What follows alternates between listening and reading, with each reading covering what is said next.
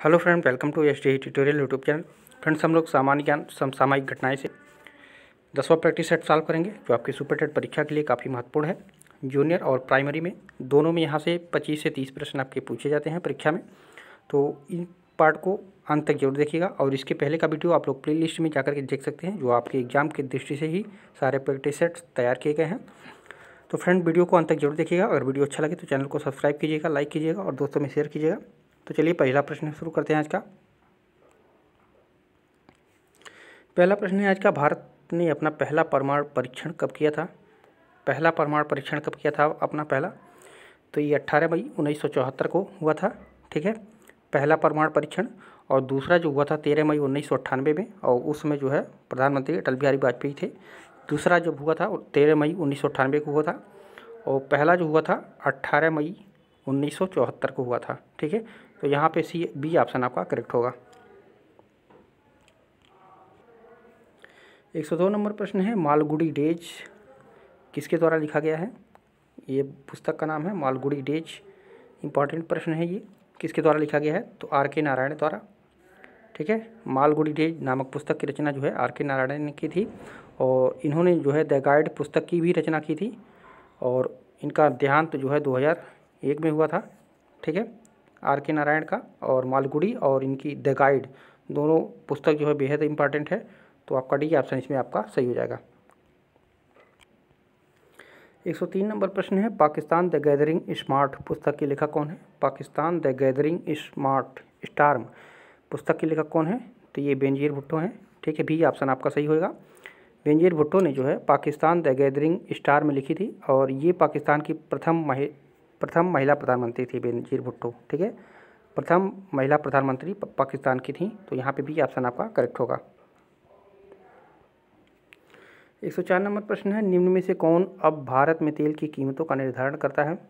तेल की कीमतों का निर्धारण कौन करता है? तो ये तेल कंपनियां करती हैं। ठीक है, भारत में तेल की कीमतों का निर्धारण जो है भारतीय तेल कंपनियां करती हैं, और यह कंपनियां जो है मूल्य विनिश्चित अंतर्राष्ट्रीय तेल बाजार द्वारा जो है आधारित करती हैं। तो यहाँ पे डी ऑप्शन आपका करेक्ट होगा। 105 नंबर प्रश्न है, अजीम प्रेमजी द्वारा जो है प्राप्त सर्वोच्च नागरिक सम्मान है। तो अजीम प्रेमजी द्वारा प्राप्त सर्वोच्च नागरिक सम्मान क्या है? तो ये है Padma Bhushan. C option correct होगा। अजीम प्रेमजी विप्रो लिमिटेड के चेयरमैन हैं, और इनको जो है वर्ष 2005 में पद्म भूषण से सम्मानित किया गया है। ठीक है, तो ये सी ऑप्शन आपका करेक्ट हो जाएगा।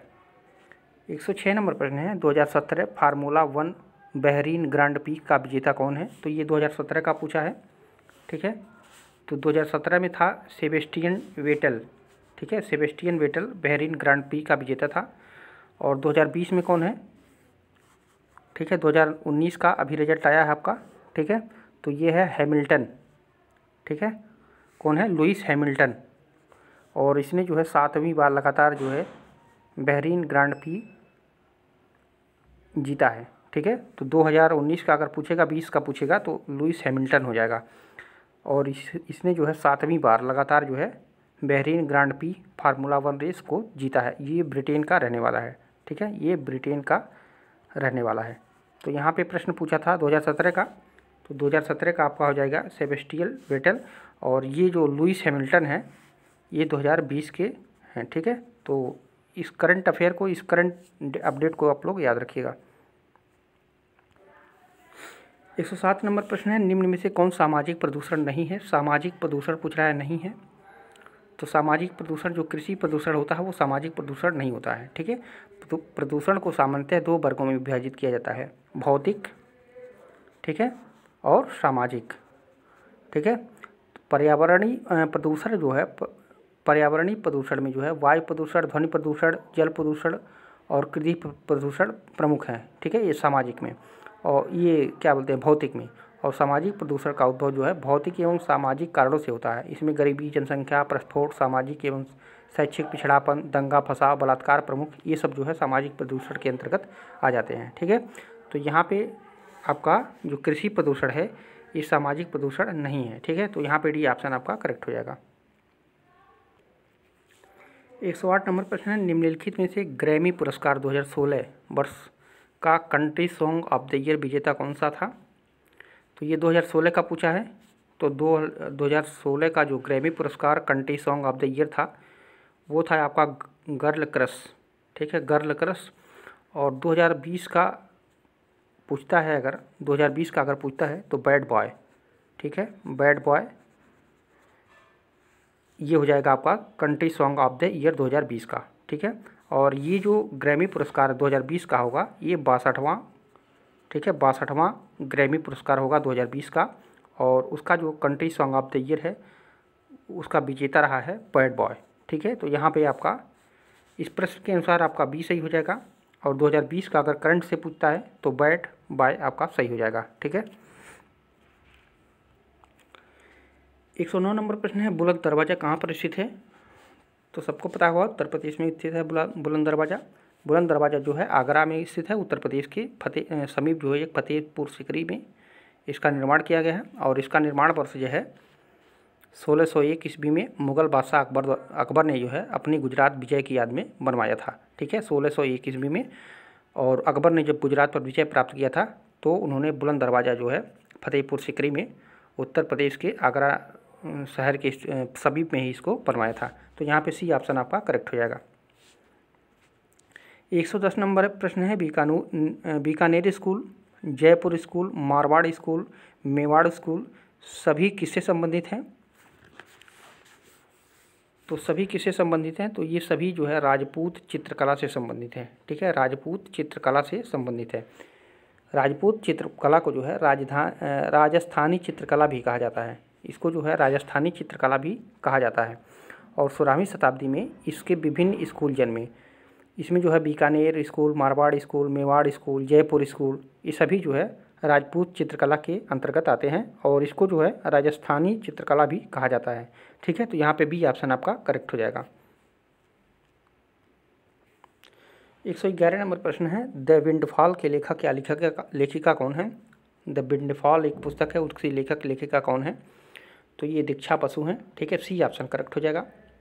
और मनमोहन सिंह का एक पुस्तक है to the nation for the nation, इसको याद रखिएगा, बहुत इंपॉर्टेंट है, to the nation for the nation, ठीक है। और अमिताभ घोष का एक पुस्तक है द शैडो लाइन्स, ठीक है, द शैडो लाइन्स। और अरुंधति राय का एक पुस्तक है the God of Small things, ठीक है, the God of Small things.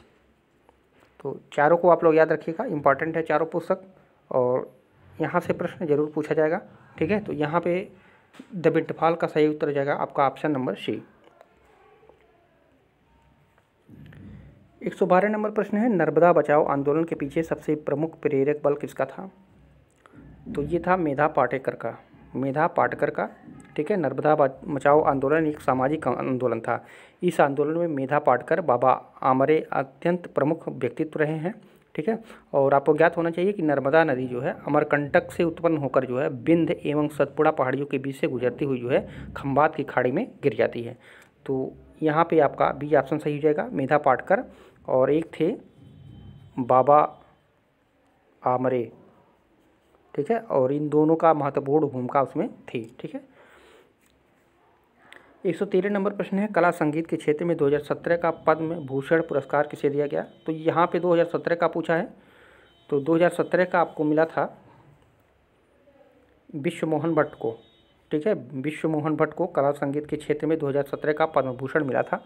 और यहीं पे अगर हम 2020 का जिक्र कर लें, 2020 का कला के क्षेत्र में पद्म भूषण किसे दिया गया, ठीक है, तो अजोय चक्रवर्ती को, अजोय चक्रवर्ती, ठीक है, अजोय चक्रवर्ती हैं और ये पश्चिम बंगाल के हैं, ठीक है, पश्चिम बंगाल के हैं। तो याद रखिएगा 2017 में विश्व मोहन भट्ट थे और 2020 में जो है कला और संगीत के क्षेत्र में पद्म भूषण दिया गया है अजोय चक्रवर्ती, ये पश्चिम बंगाल के हैं, ठीक है। और संगीत के क्षेत्र में देवी प्रसाद द्विवेदी को साहित्य तथा शिक्षा के क्षेत्र में प्रदान किया गया। और पद्म भूषण की शुरुआत कभी कभी पूछ लेता है इसकी शुरुआत कब हुई थी, तो इसकी शुरुआत जो है 1954 में, ठीक है, 1954 में इसकी शुरुआत हुई थी, ठीक है। तो सारे पॉइंट को आप लोग याद रखिएगा।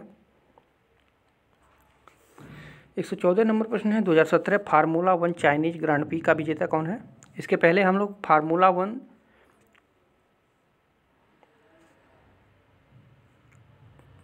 बहरान का पढ़े हैं। और ये यहाँ पे पूछ रहा है चाइनीज़ का, ठीक है।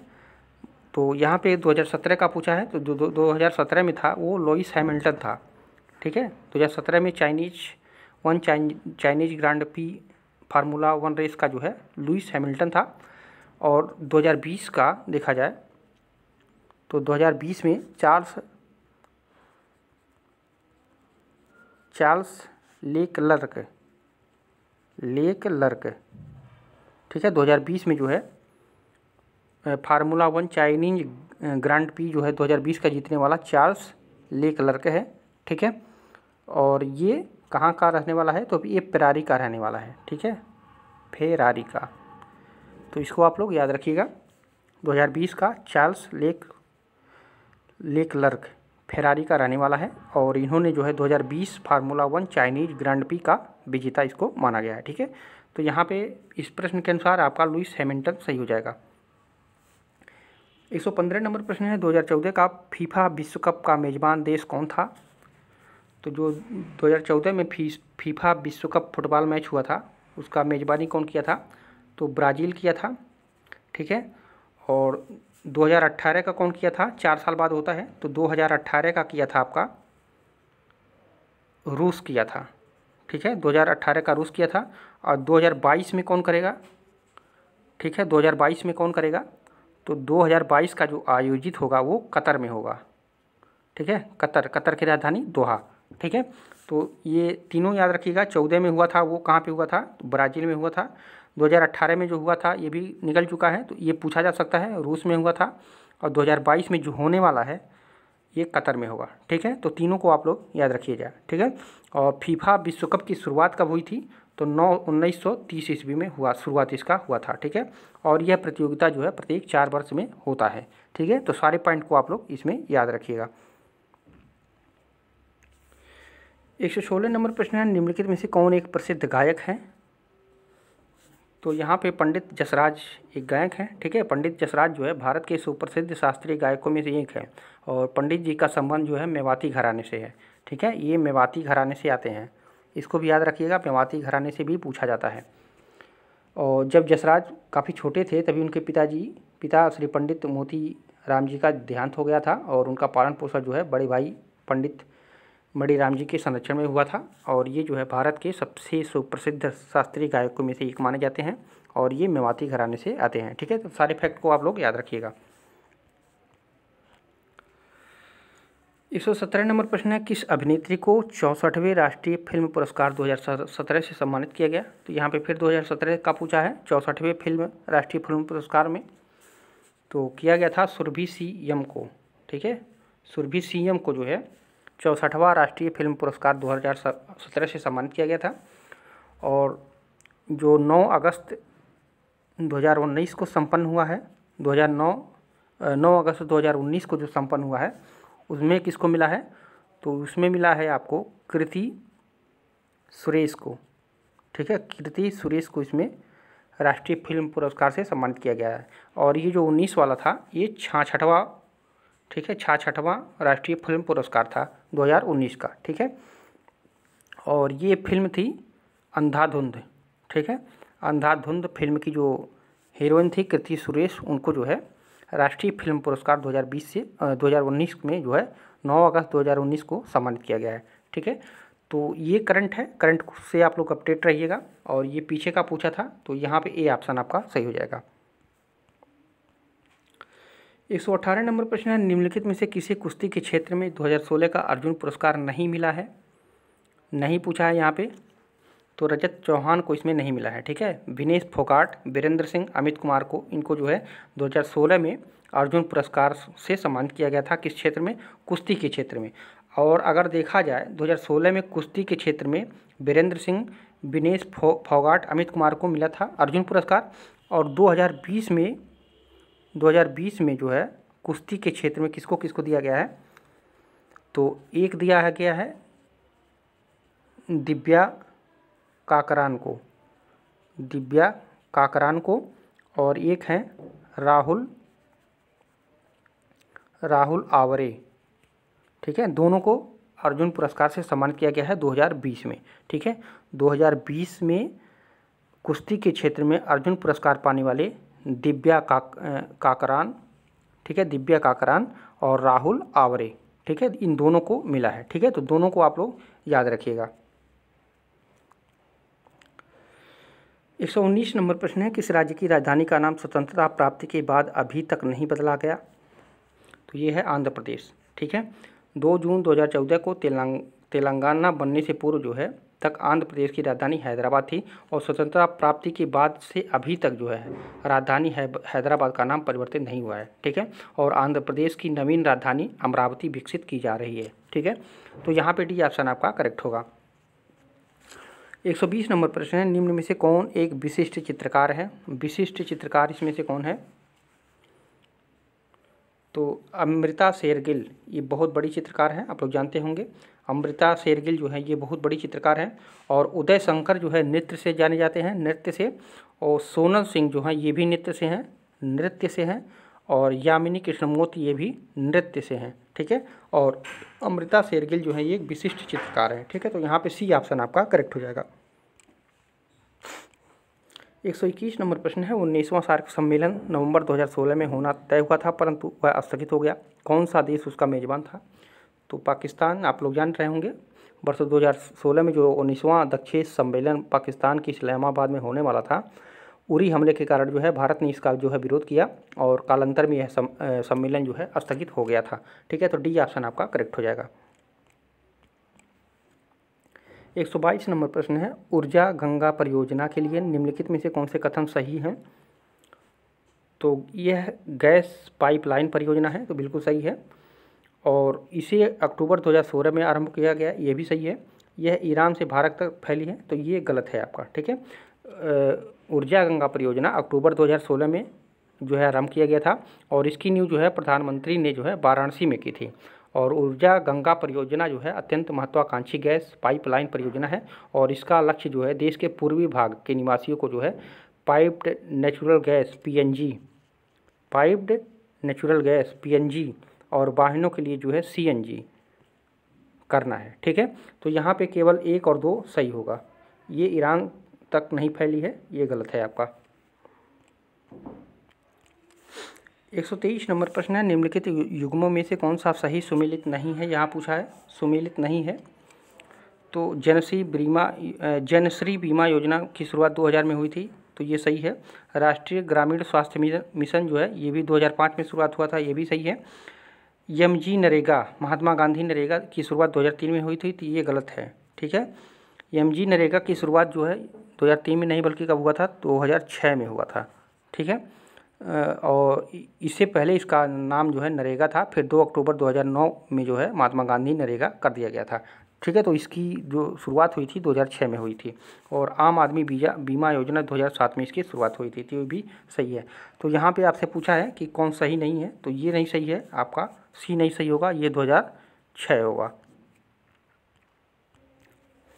124 नंबर प्रश्न है, स्कूलों के बच्चों के लिए मध्याह्न भोजन प्रारंभ की गई थी किस वर्ष? तो 1995 में। ठीक है, सन 1995 में जो है स्कूल के बच्चों के लिए मध्याह्न भोजन प्रारंभ किया गया, और इसका उद्देश्य था बच्चों को शिक्षा के साथ साथ जो है स्वास्थ्य का भी ध्यान दिया गया, और बाद में इस योजना को बंद कर दिया गया। वर्तमान में अक्टूबर 2004 में इसे पुनः योजना लागू किया गया था। ठीक है, तो यहाँ पे ए ऑप्शन करेक्ट होगा। 125 नंबर प्रश्न है, एथलेटिक्स के क्षेत्र में जो है 2016 का अर्जुन पुरस्कार प्राप्तकर्ता कौन है? 2016 में एथलेटिक्स के क्षेत्र में अर्जुन पुरस्कार किसको मिला था? तो ये मिला था आपका ललिता बाबर को। ठीक है, ललिता बाबर को मिला था। और यही चीज़ 2020 में अगर पूछेगा, 2020 में किसको मिला एथलेटिक्स के क्षेत्र में अर्जुन पुरस्कार? तो ये है श्री संदीप। ठीक है, श्री संदीप को मिला है अर्जुन पुरस्कार 2020 में एथलेटिक्स के क्षेत्र में। ठीक है, तो ये करंट से अपडेट है, आप लोग इसको याद रखिएगा। 125 नंबर प्रश्न है, एथलेटिक्स के क्षेत्र में। ये 126 नंबर प्रश्न है, द गीता फॉर चिल्ड्रन नामक पुस्तक की लेखिका कौन है? द गीता फॉर चिल्ड्रन नामक पुस्तक की लेखिका कौन है? तो ये रूपा पाई हैं। ठीक है, रूपा राय भी इनको कहा जाता है।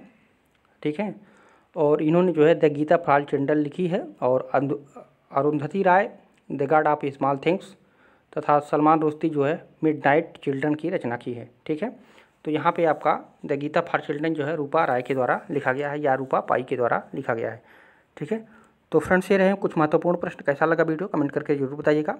फिर मिलते हैं अगले पार्ट में। पूरा वीडियो देखने के लिए आप सभी को धन्यवाद।